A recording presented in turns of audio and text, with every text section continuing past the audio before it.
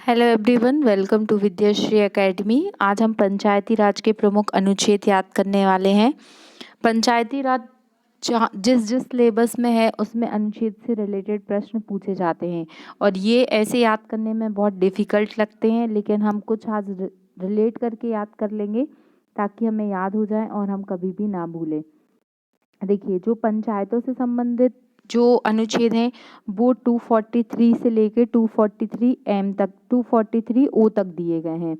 तो ये हमें इंग्लिश में याद करना है। आप हिंदी में याद करेंगे तो उसमें कन्फ्यूजन हो सकता है और हम भूल सकते हैं। जब भी आप एग्ज़ाम देंगे तो आपको हिंदी के साथ साथ इंग्लिश भी ऑप्शन में दिया रहेगा, तो आप इंग्लिश में देखकर आंसर टिक करिए, आंसर गलत नहीं होगा। और फिर 243 पी से लेकर जो 243 जेड जी तक दिए गए हैं वो क्या है, वो नगर पालिकाओं से रिलेटेड हैं। तो हमें ग्राम पंचायतों के अलग पढ़ना है और नगर पालिकाओं वाले अलग याद करना है। ये आपको लग रहा होगा इतने सारे कैसे याद होंगे, लेकिन हम इसे बहुत इजी तरीके से याद करेंगे, आपको डेफिनेटली याद हो जाएंगे। देखिए, सबसे पहले 243 को देखते हैं हम। 243 में तो क्या बताया गया है, परिभाषा बताई गई है। तो सबसे पहले तो जो कोई भी चीज़ हम इंट्रोड्यूस करते हैं तो हमें उसकी डेफिनेशन ही बतानी पड़ेगी। तो 243 में क्या बताया गया है, डेफिनेशन बताई गई है। फिर 243 ए से हमें याद रखेंगे असेंबली। यदि ग्राम सभा होगी तो जैसे असेंबली होती है तो उस ए से याद रहेगा हमें असेंबली मीन्स ग्राम सभा। 243 ए में क्या बताया गया है, ग्राम सभा। फिर ग्राम पंचायतों का गठन, तो बी में क्या होगा, गठन। गठन मतलब बिल्ड करना, बनाना। तो 243 बी में बोला गया है ग्राम पंचायतों का गठन। फिर संरचना, तो संरचना इसको ऐसे सी संरचना, ऐसे को सी, वैसे एस से शुरू होगा लेकिन ऐसे भी रिलेट कर सकते हैं। तो सी संरचना मतलब क्या, उसका कंस्ट्रक्शन, वो कैसे बनेगा। तो 243 सी में क्या बताया गया है, संरचना बताया गया है। फिर 243 डी में क्या बोला गया है, स्थानों के लिए आरक्षण मतलब रिजर्वेशन ऑफ सीट्स। तो रिजर्वेशन देने के लिए भी तो डायरेक्शन देना पड़ेगा ना, कि महिलाओं को 33% है, ST SC को है, OBC को है, तो ये गवर्नमेंट द्वारा डायरेक्शन दिया जाएगा। तो 243 डी में क्या दिया गया है, स्थानों का आरक्षण। फिर पंचायतों की अवधि, ई अवधि। तो ई वैसे ये इसको हम एज से कर सकते हैं, वैसे एज की स्पेलिंग ए से शुरू होगी लेकिन आप यहाँ पे ई याद रखिए, ओके। तो ई में क्या दिया गया है, पंचायतों की अवधि दी गई है। फिर एफ मतलब तो होता है फेल। तो 243 एफ मतलब फेल मीन्स क्या होगा, डिस्क्वालिफिकेशन ऑफ मेंबर मतलब सदस्यों के लिए अयोग्यताएं। ये किस में दिया है, एफ में दिया है। एफ मतलब क्या है, 243 एफ मीन्स है फेल होना। फिर 243 जी मतलब जी हजूरी भी होता है, अगर कोई जी करता रहता है आपकी हर बात पे, या फिर इससे भी अच्छा है आप इसको ग्रुप से भी याद कर सकते हैं। ग्रुप मतलब होता है समूह, मतलब ग्रुप में हमेशा बहुत अधिक शक्ति होती है। तो पंचायतों की शक्तियां, प्राधिकार और अधिकार किस में दिए गए हैं, 243 जी में दिए गए हैं। फिर 243 एच, तो एच अब इसमें क्या है, पंचायतों द्वारा अधिरोपित करने की, कर अधिरोपित मतलब जो भी टैक्स इम्पोज किए गए हैं उनको कलेक्ट कब किया जाएगा, 243 एच के तहत किया जाएगा। तो एच जो तिजोरी का आकार होता है वो भी अक्सर ऐसा होता है, एच जैसा होता है। या फिर यदि आपको किसी की हेल्प करनी है, आप किसी की मदद करना चाहते हो तो आप टैक्स कलेक्ट करके करोगे। तो 243 एच से हेल्प याद कर लीजिए, तिजोरी याद कर लीजिए, तो उसमें क्या होगा कि टैक्स को अधिरोपित करने की शक्ति दी गई है। फिर 243 आई फॉर क्या होता है, इनकम। तो जो इनकम आएगी मीन्स वित्तीय स्थिति के पुनर्वालोकन के लिए, वित्त मतलब जो भी फाइनेंशियल कंडीशन है, जो भी फाइनेंशियल एसेट्स हैं उनको किस तरीके से हमें रखना है, कहाँ पर कितना पैसा एलोकेट करना है, ये सब किस में बताया गया है, 243 आई में बताया गया है। तो आई में वित्तीय स्थिति का वर्णन है, तो ये इसे याद हो जाएगा। फिर जे में बोला गया है पंचायतों की लेखाओं का संपरीक्षिका मीन्स जजमेंटन मतलब लेखा जोखा, अकाउंटिंग। तो 243 जे हम बोलते हैं ना कि जजमेंट, तो जजमेंट दिया जाएगा कि आप अब जो पैसा आपको दिया गया था, जिस काम के लिए दिया गया था उसी में खर्च हुआ है या किसी और योजना में खर्च हुआ है या फिर खर्च ही नहीं हुआ। तो जो लेखा जोखा है वो किस में होगा, जे कौन देगा? जजमेंट। जे से जजमेंट या जे से आप कर लीजिए कौन लेखा जोखा देगा तो जे देंगे। ओके। फिर 243 के, ये क्वेश्चन एमपीपीएससी में पूछा गया है। 243 के, इसको आईएमपी मार्क करिए। पंचायतों के लिए निर्वाचन, जो निर्वाचन है इसमें इस शब्द में ही आंसर है। देखिए, पंचायतों के लिए निर्वाचन के, 243 के में क्या दिया गया है? पंचायतों के लिए निर्वाचन। तो इसमें कोई ट्रिक की जरूरत नहीं है क्योंकि ये तो खुद ही बता रहा है कि पंचायतों के लिए निर्वाचन, तो के 243 के। फिर 243 एल, अब देखिए इसमें यूटीज की बात की गई है, संघ राज्य क्षेत्रों में लागू होना। तो जो एल है, एल फॉर हम ऐसे याद कर ले रहे हैं जस्ट कि लंगड़ा। अगर कोई व्यक्ति विकलांग है तो क्या करेंगे? उसको स्पेशल हमें स्टेटस देना पड़ेगा, उसको हमें स्पेशल अटेंशन देना पड़ेगा। तो यूटी के लिए क्या दिया गया है? राज्य क्षेत्रों के लागू होना, 243 एल। एम, 243 एम में क्या है? मना करना। एम का मतलब होता है मना करना, तो इसमें क्या दिया गया है कि इस भाग का कतिपय क्षेत्रों में लागू ना होना। किन किन क्षेत्रों में ये लागू नहीं होगा? तो वो एम में दिया गया है। 243 एन में क्या दिया गया है कि विद्यमान विधियों और पंचायतों का बना रहना। एन मतलब क्या? एन मतलब बना रहना, यहाँ पर ही बने रहेंगे। एम में मना करेंगे लेकिन एन में बने रहेंगे। फिर 243 ओ मतलब ऑब्जेक्शन, निर्वाचन संबंधी मामलों में न्यायालय का हस्तक्षेप का वर्जन। मतलब हस्तक्षेप, यहाँ पर न्यायालय जो है वो हस्तक्षेप नहीं कर सकते हैं। 243 ओ, नो ऑब्जेक्शन माय लॉर्ड, ये हमने सुना है ना, ये बस यही है ओ। ओके, तो हमें पूरे के पूरे आर्टिकल्स याद हो गए हैं। फिर से हम अब यहाँ से रिवाइज नहीं करेंगे, यहाँ रिवाइज करेंगे क्योंकि वहाँ पर लिखा हुआ है। 243 ए में क्या पढ़ा था हमने? परिभाषा, ये तो सभी को याद है। ए फॉर असेंबली मतलब ग्राम सभा।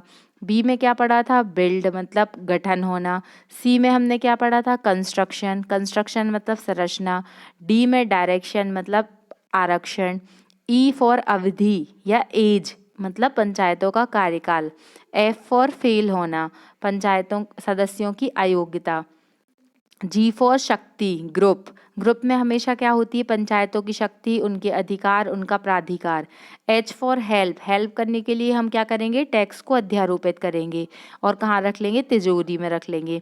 आई मीन्स इनकम, वित्त आयोग का गठन, ये क्वेश्चन भी आया है पेपर में। 243 जे में क्या होगा? कौन लेखा जोखा रखेंगे? तो जैसे बुंदेलखंडी में बोलते हैं ना, जे करेंगे, तो पंचायतों की लेखाओं का संपरीक्षिका, या इसको हम जजमेंट से भी याद कर सकते हैं। ओके।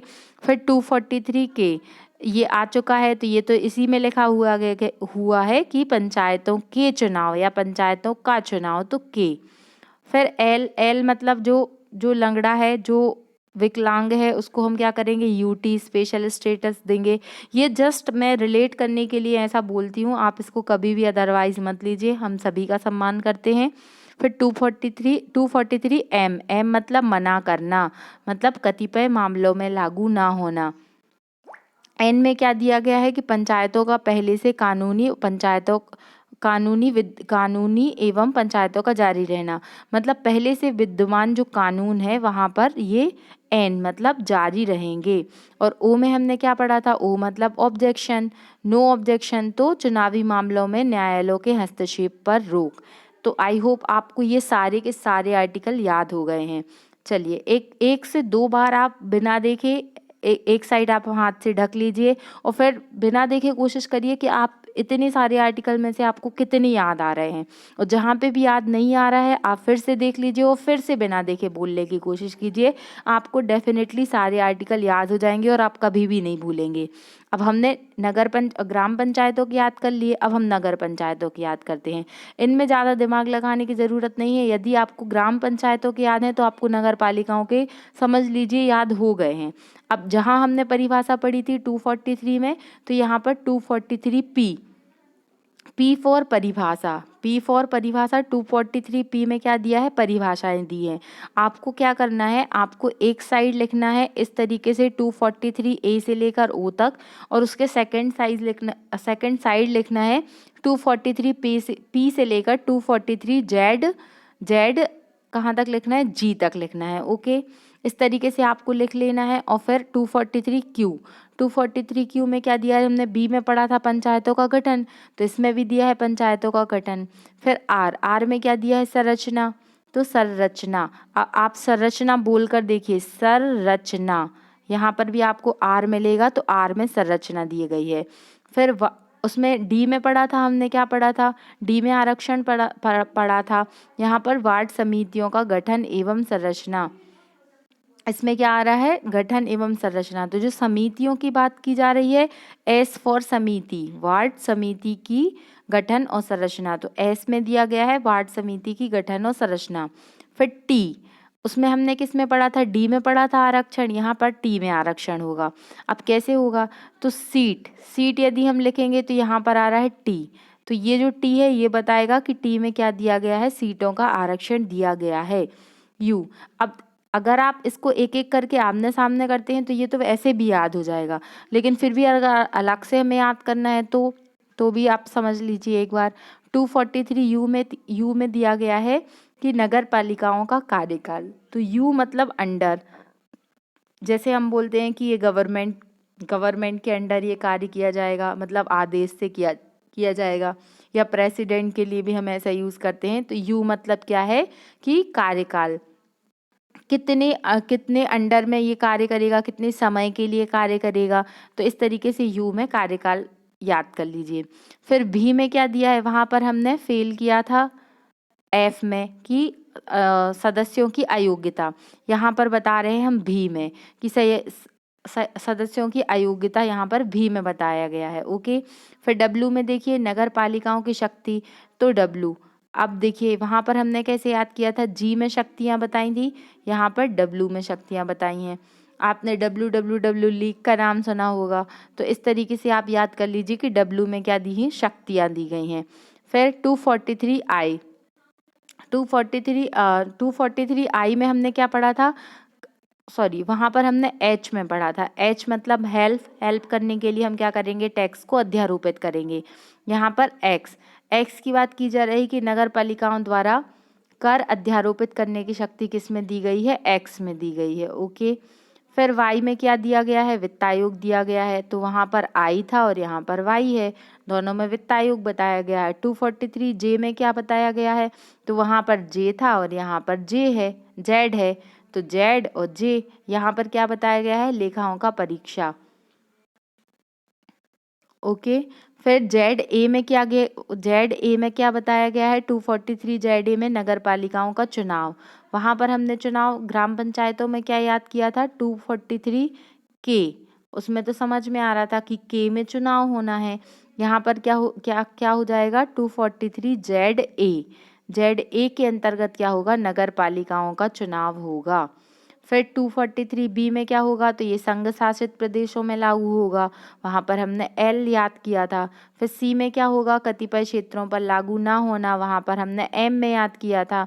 तो इस तरीके से आप यदि आप दोनों को आमने सामने लिख लेते हैं ना, तो आपको एक याद है तो डेफिनेटली आप दूसरे को कनेक्ट कर लोगे। फिर 243 जेड में जैसे जिला योजना समिति के बारे में बताया गया है, जेड डी में बताया गया है। फिर जेड ई में क्या बताया गया है, महानगरीय योजना के लिए समिति बताया गया है, महानगरीय योजना के लिए समिति 243 जेड ई में बताया गया है। ओके, फिर कानूनी जो नियम है वो जारी रहेंगे, मतलब फेल नहीं होंगे, 243 जेड एफ में बताया गया है नगर पालिका एवं विद्यमान कानूनों का जारी रहना, और 243 जेड जी में बताया गया है चुनावी मामलों में न्यायालय के हस्तक्षेप पर रोक, मतलब जो हमने ओ में पढ़ा था वो यहाँ पर जेड जी में बताया गया है।